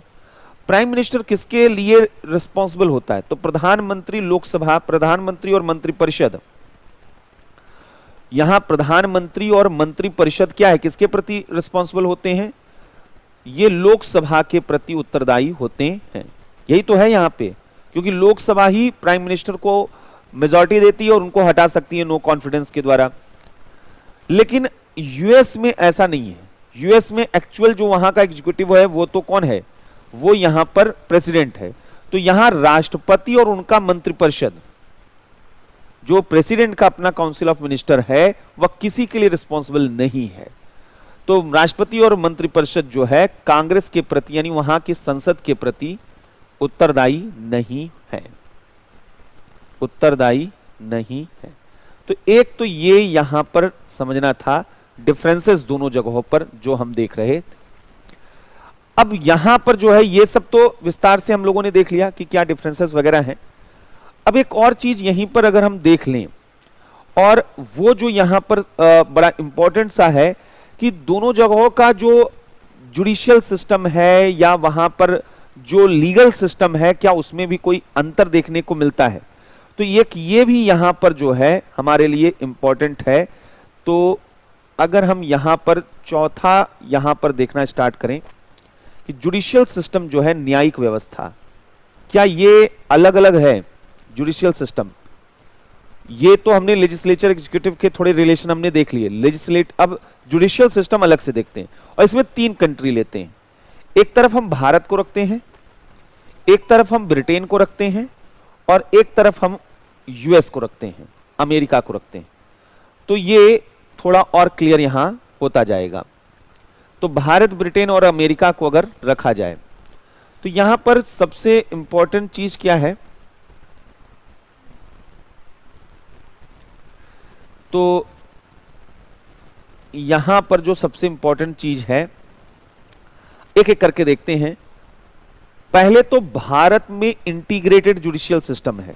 यहां पे क्या है, एकीकृत न्यायिक व्यवस्था, यानी केंद्र और राज्य दोनों के लिए अलग अलग जुडिशरी नहीं है भारत में।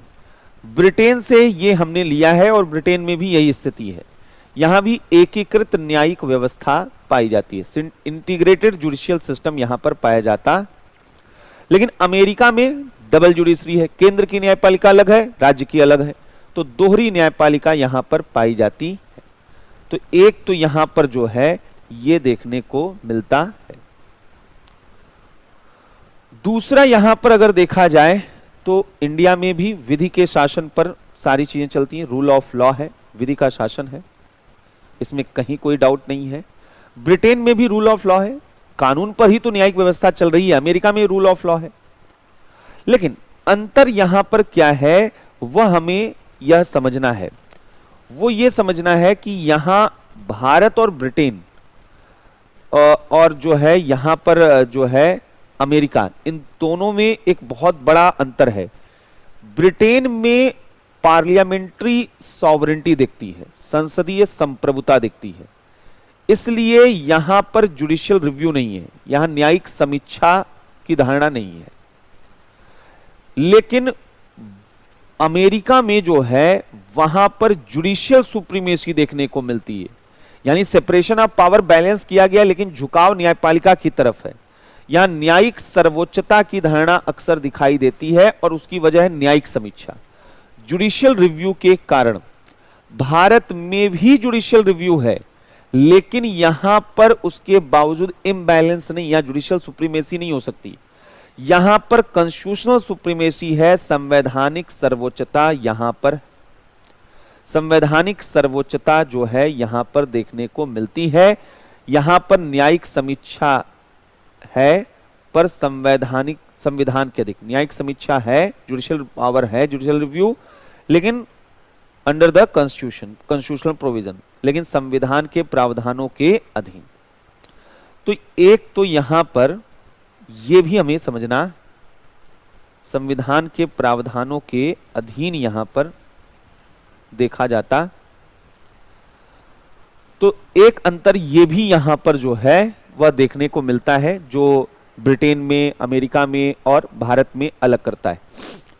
दूसरा, अगर यहां पर देखें तो यहां पर एक और बड़ा इंपॉर्टेंट सा है अंतर कि जो भारत है यहां पर न्यायपालिका मूल अधिकारों के संरक्षक के रूप में, यहां पर जुडिशरी जो है ये भारत में ये प्रोटेक्टर ऑफ फंडामेंटल राइट, मूल अधिकारों का संरक्षक मानी जाती है।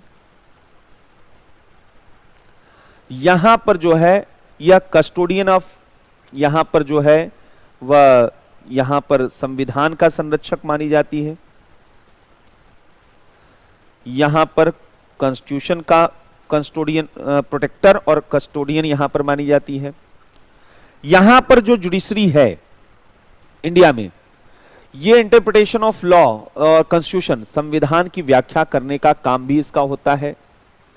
यहां पर यह फेडरल जो है वह कोर्ट के रूप में, संघीय न्यायालय के रूप में भी काम करती है जब संघीय विवादों का निपटारा करती है।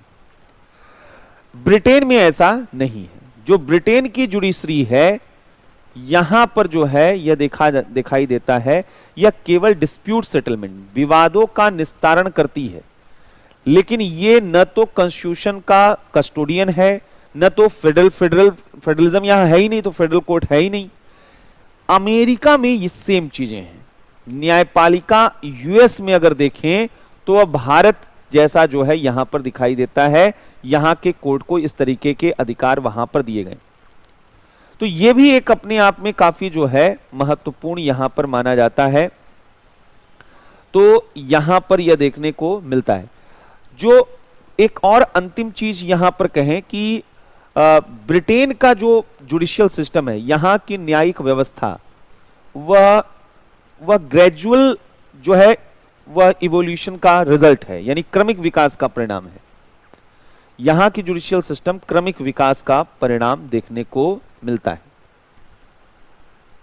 और अमेरिका में जो जुडिशियल सिस्टम है वो वहां के कॉन्स्टिट्यूशन द्वारा डिफाइंड है, संविधान द्वारा स्थापित है, अमेरिका के संविधान द्वारा स्थापित है, संविधान द्वारा स्थापित। और ठीक ऐसे ही इंडिया में जो जुडिशियल सिस्टम है वो यहां पर जो है संविधान द्वारा स्थापित। हालांकि भारत की जो जुडिशियल सिस्टम है, उस जुडिशियल सिस्टम में बहुत सी चीजें हमने ब्रिटेन से ली हैं, जैसे रूल ऑफ लॉ हो गया, आईपीसी के लॉ, सीआरपीसी के लॉ, जो लीगल सिस्टम हमारे यहां है, जो हमारे यहां स्ट्रक्चर है इंटीग्रेटेड जुडिशियल सिस्टम, ये सब हमने ब्रिटेन से लिया हुआ है। लेकिन चूंकि वहां पर जो है वह पार्लियामेंट्री सॉवरेनिटी का कंसेप्ट है और हमने अपने यहां इंडिपेंडेंट जुडिशरी को रखा हुआ है, तो ये एक बड़ा अंतर इन दोनों में है। तो यहां पर इस रूप में भी ये डिफरेंस देखने को मिलता है। अब आइए पांचवा चीज यहां पर हम लोग देखते हैं, शासन प्रणाली में एक और जो है डिफरेंस पाया जाता है उसके आधार पर। यहां पे गवर्नमेंट, फॉर्म ऑफ गवर्नमेंट जो है, शासन प्रणाली का फॉर्म ऑफ गवर्नमेंट जो है उसके आधार पर, जो अभी ऊपर देखा था फिर से एक दूसरे तरीके से। असल में एक तो फॉर्म ऑफ गवर्नमेंट ये हो गया कि प्रेसिडेंशियल है, पार्लियामेंट्री है, क्वासी जो है सेमी प्रेसिडेंशियल है। एक होता है कि फेडरल गवर्नमेंट है या यूनिटरी गवर्नमेंट है ना। तो यहां पर संघीय है या यहां पर जो है वह यूनिटरी है, संघात्मक शासन है या यहां पर एकात्मक शासन है, यह भी देखा जाता है, या एकात्मक शासन है। अगर इस तुलना करनी है तो हम यहां पर लेते हैं 3 कंट्री को फिर से, जो हमारे लिए एग्जाम के पॉइंट ऑफ व्यू से जरूरी है। एक तरफ अमेरिका को रखते हैं, यूएस को रखते हैं, एक तरफ ब्रिटेन को रखते हैं और एक तरफ इंडिया को रखते हैं। तो यहां पर इन दोनों तीनों से सारी चीजें क्लियर होंगी। अब अमेरिका और भारत का तो क्लियर है, दोनों जगहों पर क्या है, यहां पर फेडरल फॉर्म ऑफ गवर्नमेंट है, यहां पर संघीय शासन है, यहां संघीय शासन है, यहां पर संघीय शासन भारत में भी है, फेडरल गवर्नमेंट यहां है। लेकिन ब्रिटेन में यूनिटरी गवर्नमेंट है, यहां एकात्मक शासन है, यहां एक ही स्तर की सरकार है, यहां 2 स्तर की सरकार नहीं। लेकिन अमेरिका और इंडिया के फेडरेशन में अंतर है, यह यूनियन यह फेडरेशन ऑफ स्टेट है, यह फेडरेशन ऑफ द स्टेट है।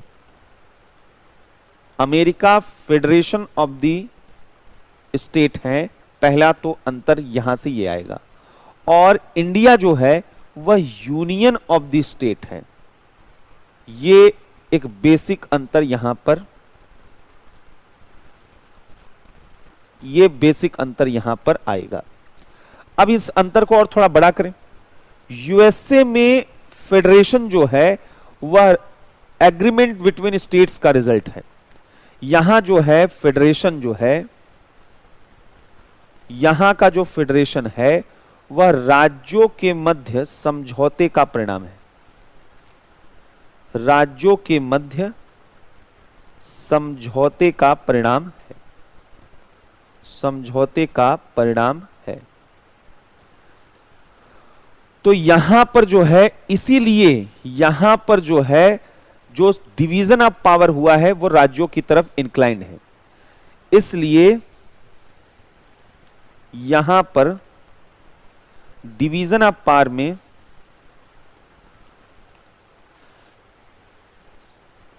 राज्यों की ओर शक्तियां इंक्लाइंड हैं। राज्यों शक्ति विभाजन में राज्यों को अधिक शक्तियां हैं, शक्ति विभाजन में राज्यों को अधिक शक्तियां दी गई हैं। अधिक शक्तियां दी गई।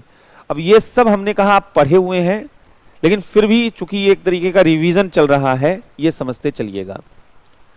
यहां पर क्या है, यहां पर जो है संघ राज्यों के मध्य समझौते का परिणाम नहीं है। जो यहां यूनियन है वह राज्यों के मध्य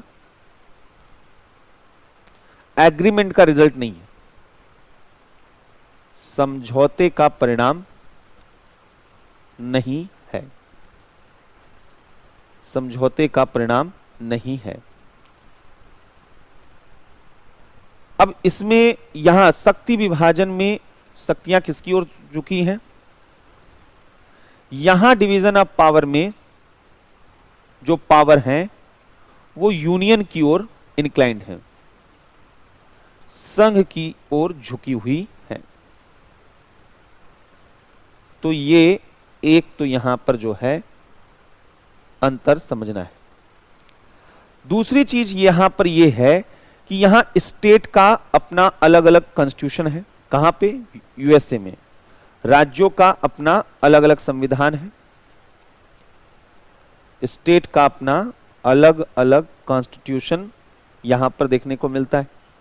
लेकिन अगर बात तो यहां पर जो है वह केवल संघ का संविधान है, यहां केवल भारत का संविधान, कॉन्स्टिट्यूशन ऑफ इंडिया केवल भारत का संविधान है, राज्यों का कोई संविधान यहां पर नहीं है। तो एक तो यहां पर जो है यह दिखाई देता है। दूसरा यहां पर क्या है, एक अंतर यहां यह भी दिखाई देता है कि यहां पर राज्यों की अनुमति के बिना, राज्यों की अनुमति के बिना उनके भूक्षेत्र सीमा नाम में परिवर्तन, उनके भूक्षेत्र सीमा या नाम में परिवर्तन नहीं हो सकता है। बात सही है। इसीलिए बोला जाता है यूएस के कॉन्स्टिट्यूशन को कि इनडिस्ट्रक्टेबल जो यूनियन है और इनडिस्ट्रक्टेबल यहां पर स्टेट है, अविनाशी संघों, अविनाशी राज्यों का अविनाशी संघ। न स्टेट को डिस्ट्रक्ट किया जा सकता है न फेडरेशन को, तो अविनाशी संघ। तो ये एक बड़ा यहां पर दिखाई देता है। लेकिन इंडिया के पर्सपेक्टिव से अगर देखें तो यहां पर दिखाई देता है कि यहां पर राज्यों की अनुमति बिना, केंद्र द्वारा राज्यों की अनुमति के बिना, राज्यों की अनुमति के बिना उनके नाम, भूक्षेत्र सीमा में परिवर्तन किया जा सकता है, उनकी बाउंड्री में, उनकी टेरिटरी में परिवर्तन किया जा सकता है। इसलिए यहां पर यूनियन गवर्नमेंट तो इनडिस्ट्रक्टेबल है, लेकिन जो यहां पर स्टेट है वह डिस्ट्रक्टेबल है, यानी यह विनाशी राज्यों का अविनाशी संघ है, विनाशी राज्यों का अविनाशी संघ है। तो जब इससे रिलेटेड क्वेश्चन आएगा तो अमेरिका और इंडिया का कंपेयर करेंगे, जब पॉलिटिकल सिस्टम का आएगा तो इंडिया ब्रिटेन का कंपेयर करेंगे। यही दो चार क्वेश्चन यहां से बनेंगे। बाकी बहुत सी चीजें आपने जब हम लोग पढ़े हैं तो हमने तो पढ़ाई पूरी कॉन्स्टिट्यूशन की इसी रूप में की है कि यहां पे ये पाया जाता हमारे यहां, जैसे स्पीकर था तो वो भी एक पॉइंट है। ब्रिटेन, भारत का स्पीकर अलग है, ब्रिटेन का स्पीकर का अलग तरीका है। तो जितनी चीजें हम लोगों ने समय समय पढ़ी हैं वो सारी चीजें आपको रिकॉल होनी चाहिए। जैसे एक और चीज क्या है, अगर इनके फेडरेशन में हम देखें अंतर, तो यहां पर दिखाई देता है कि यूएस में जो है वहां उच्च सदन में यानी सीनेट में, यहां उच्च सदन जो अपर हाउस है सीनेट, यहां राज्यों का समान प्रतिनिधित्व है, इक्वल रिप्रेजेंटेशन ऑफ स्टेट, राज्यों का समान प्रतिनिधित्व है। इसीलिए यूएस के फेडरलिज्म को सिमेट्रिक फेडरलिज्म कहते हैं, यहां सिमेट्रिक फेडरलिज्म कहते हैं यूएस के फेडरलिज्म को, सममित संघवाद। इंडिया में ऐसा नहीं है, इंडिया में अनइक्वल है और इसलिए इंडिया को असिमेट्रिकल जो है यहां पर फेडरलिज्म कहते हैं। तो यहां पर राज्यसभा में राज्यों का असमान प्रतिनिधित्व है। यहाँ उच्च सदन जो है राज्यसभा में राज्यों का असमान प्रतिनिधित्व है, असमान प्रतिनिधित्व। तो इस वजह से भी जो है यहां पर अंतर देखने को मिलता है। तो ये क्या है, असममित संघवाद। तो एक तो यहां पर, अब राइट्स का कंसेप्ट भी देख लेते हैं। अब नेक्स्ट जो है कंपेयर करते हैं अधिकारों की धारणा। अधिकारों की धारणा जो है अगर हम देखें तो हम जिससे अधिकार हमारे यहां आए हैं हम उनसे कंपेयर करेंगे। हम ब्रिटेन से कंपेयर नहीं करेंगे, हम किससे करेंगे, यूएस से करेंगे। एक तरफ अमेरिका को रखते हैं और एक तरफ भारत को। अधिकारों की धारणा भारत में आई कहां से, अमेरिका से आई। तो ये इनके बीच में कन्वर्जेंस है, कई जगह पे डाइवर्जेंस होंगे। यहां पर बिल ऑफ राइट था, यहां बिल ऑफ राइट जो था ये दिखाई देता है। इसके तहत जो है यहां पर जो है वह अमेरिका में लाया गया। बाद में इसे संविधान संशोधन के द्वारा वहां पर ऐड किया गया। भारत में जब बात की जाती है तो यहां पर जो है यह देखा जाता है कि यहां पर जो संविधान के तहत यह प्रेरित है अमेरिका से, अमेरिका के बिल ऑफ राइट से प्रेरित है, कि बिल ऑफ राइट से प्रेरित है इंडिया का। लेकिन दोनों में अंतर भी है, प्रेरित तो हैं क्योंकि हमारे यहां पर क्या है, वह संविधान में के तहत व्यापक अधिकार यहां पर नागरिकों को दिए गए हैं। व्यापक अधिकार, कंप्रिहेंसिव जो है लिस्ट ऑफ राइट्स दी गई है। यहां दो तरीके के, यहां पे तो राइट्स बेसिकली जो है सिविल एंड पॉलिटिकल राइट्स हैं। यहां नागरिक और राजनीतिक मूलतः है, मेनली यहां पर सिविल एंड पॉलिटिकल राइट्स देखने को मिलते हैं। और हमारे यहां पर क्या है, अमेरिका में, भारत में क्या है, अमेरिका इंडिया में कंप्रिहेंसिव सेट ऑफ राइट्स हैं। एक तरफ इन्फोर्सेबल राइट्स दिए गए हैं, एक तरफ नॉन इन्फोर्सेबल राइट्स दिए गए हैं। प्रवर्तनी और गैर प्रवर्तनी दोनों तरीके के राइट्स यहां पर दिए गए। जब हम इन्फोर्सेबल राइट्स को देखते हैं तो इनका नेचर हमें सिविल पॉलिटिकल दिखाई देता है। ये सिविल पॉलिटिकल राइट्स यहां पर जो हैं हमको दिए गए हैं। और दूसरी ओर जब हम नॉन इन्फोर्सेबल राइट्स को देखते हैं तो वो सोशल इकोनॉमिक राइट्स के रूप में दिखते हैं। यानी हमारे यहां हर तरीके का राइट है, हम यूएस से कहीं ज्यादा जो है प्रोग्रेसिव इस मायने में है यहां पर। और एक और बड़ा अंतर है दोनों के सिस्टम में, जुडिशियल सिस्टम में भी ये रखा जा सकता है वहां पर और यहां पर भी रखा जा सकता है। ये जो यूएस है ये ड्यू प्रोसेस ऑफ लॉ पर बेस्ड है, विधि की सम्यक प्रक्रिया पर आधारित है। यानी यहां पर जो है विधि की सम्यक प्रक्रिया पर आधारित होने का मतलब है कि कानून उचित होना चाहिए। अब कानून सही है या गलत है ये कौन डिसाइड करता है? एक होता है जो लिखी हुई चीज है उसी को एक्सेप्ट करो, जो संविधान में लिखा है चाहे सही है चाहे गलत है उसको आप एक्सेप्ट कर लो। एक होता नहीं, केवल लिखी हुई बातों से नहीं होता है, लिखे हुए चीजों का भी गलत अर्थ निकाला जा सकता है। इसलिए यहां पर ड्यू प्रोसेस ऑफ लॉ है तो जुडिशरी का रोल सबसे इंपॉर्टेंट है, न्यायपालिका की केंद्रीय भूमिका है। इसलिए यहां न्यायपालिका का सेंट्रल रोल यहां पर दिखाई देता।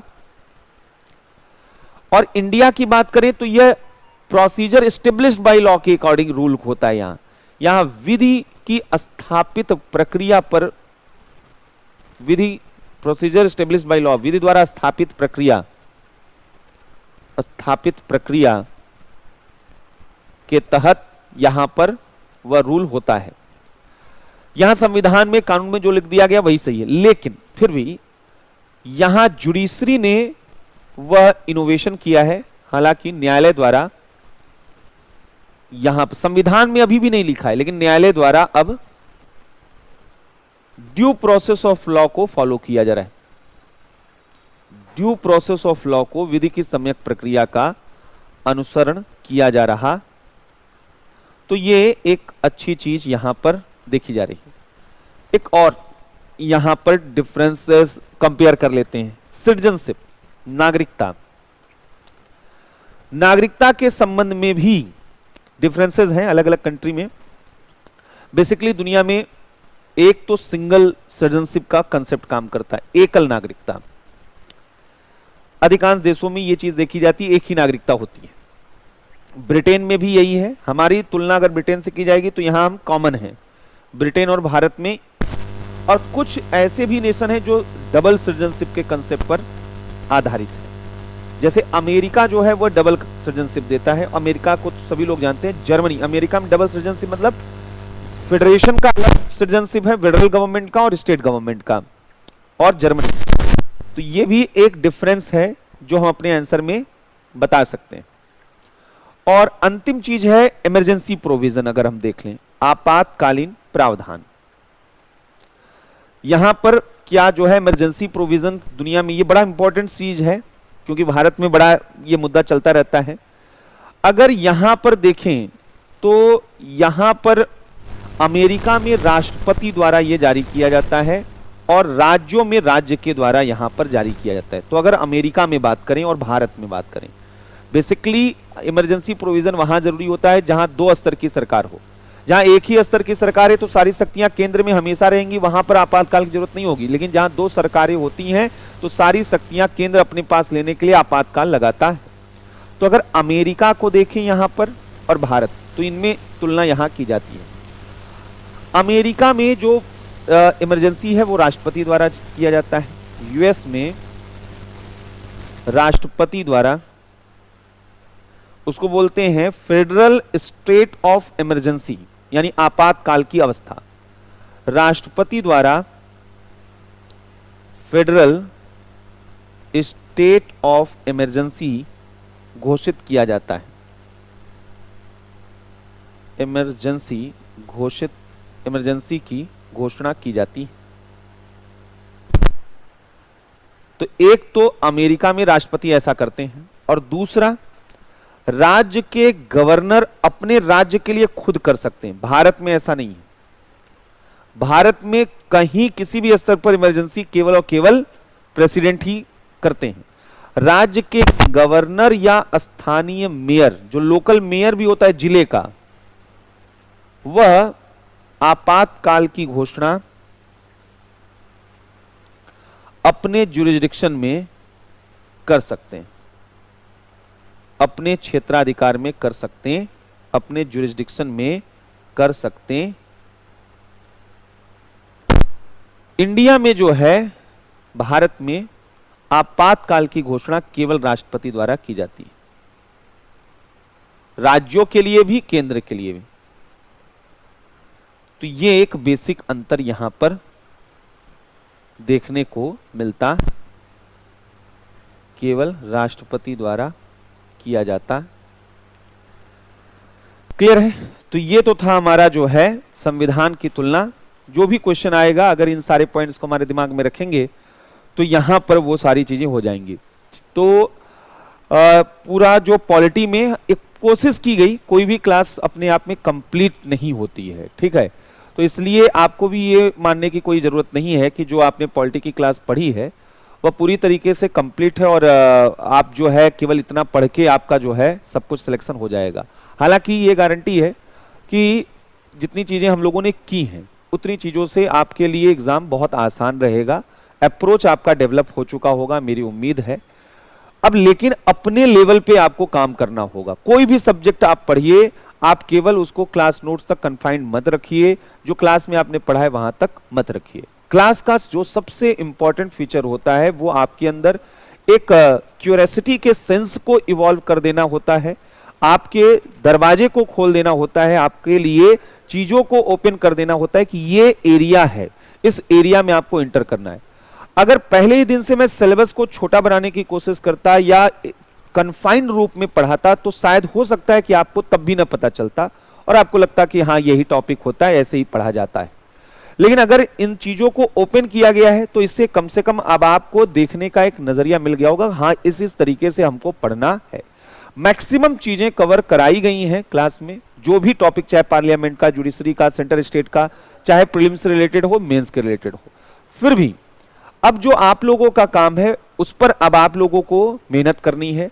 प्रीवियस ईयर के कोई भी टॉपिक पढ़िए, पहले ट्रेंड एनालिसिस करना सीखिए कि वहां पर 5 साल के क्वेश्चन उठाइए, देखिए कि हर साल नंबर ऑफ क्वेश्चन कितने आ रहे हैं इस सेगमेंट। जैसे पॉलिटी पढ़ रहे हैं तो कितने आ रहे हैं नंबर ऑफ क्वेश्चन, जो क्वेश्चन आ रहे हैं उनमें एरिया कहां कहां से अधिक क्वेश्चन आते हैं, कहां से कम आते हैं, उनमें सरप्राइजेस क्या है, यानी किसी साल कोई अगर ट्रेंड चेंज हो रहा है तो ट्रेंड चेंज होने का तरीका क्या है, जो क्वेश्चन का अलग अलग नेचर है वो कैसा है, यानी फैक्चुअल क्वेश्चन ज्यादा आते हैं, कंसेप्चुअल क्वेश्चन ज्यादा आते हैं, कंपैरेटिव क्वेश्चन ज्यादा आते हैं, मैचिंग करने वाले क्वेश्चन आते हैं, किस तरीके के क्वेश्चंस ज्यादा आ रहे हैं, ये सब आपको अपना एक टिप पे बना लेना है, आपको लिख लेना है कि पॉलिटी का ट्रेंड एनालिसिस अपने मन से पहले करिए और फिर उसके बाद बहुत से वेबसाइट वगैरह हैं वहां पर भी जाएंगे तो कोई ना कोई एक आध वेबसाइट में शायद ऐसा मिल जाएगा।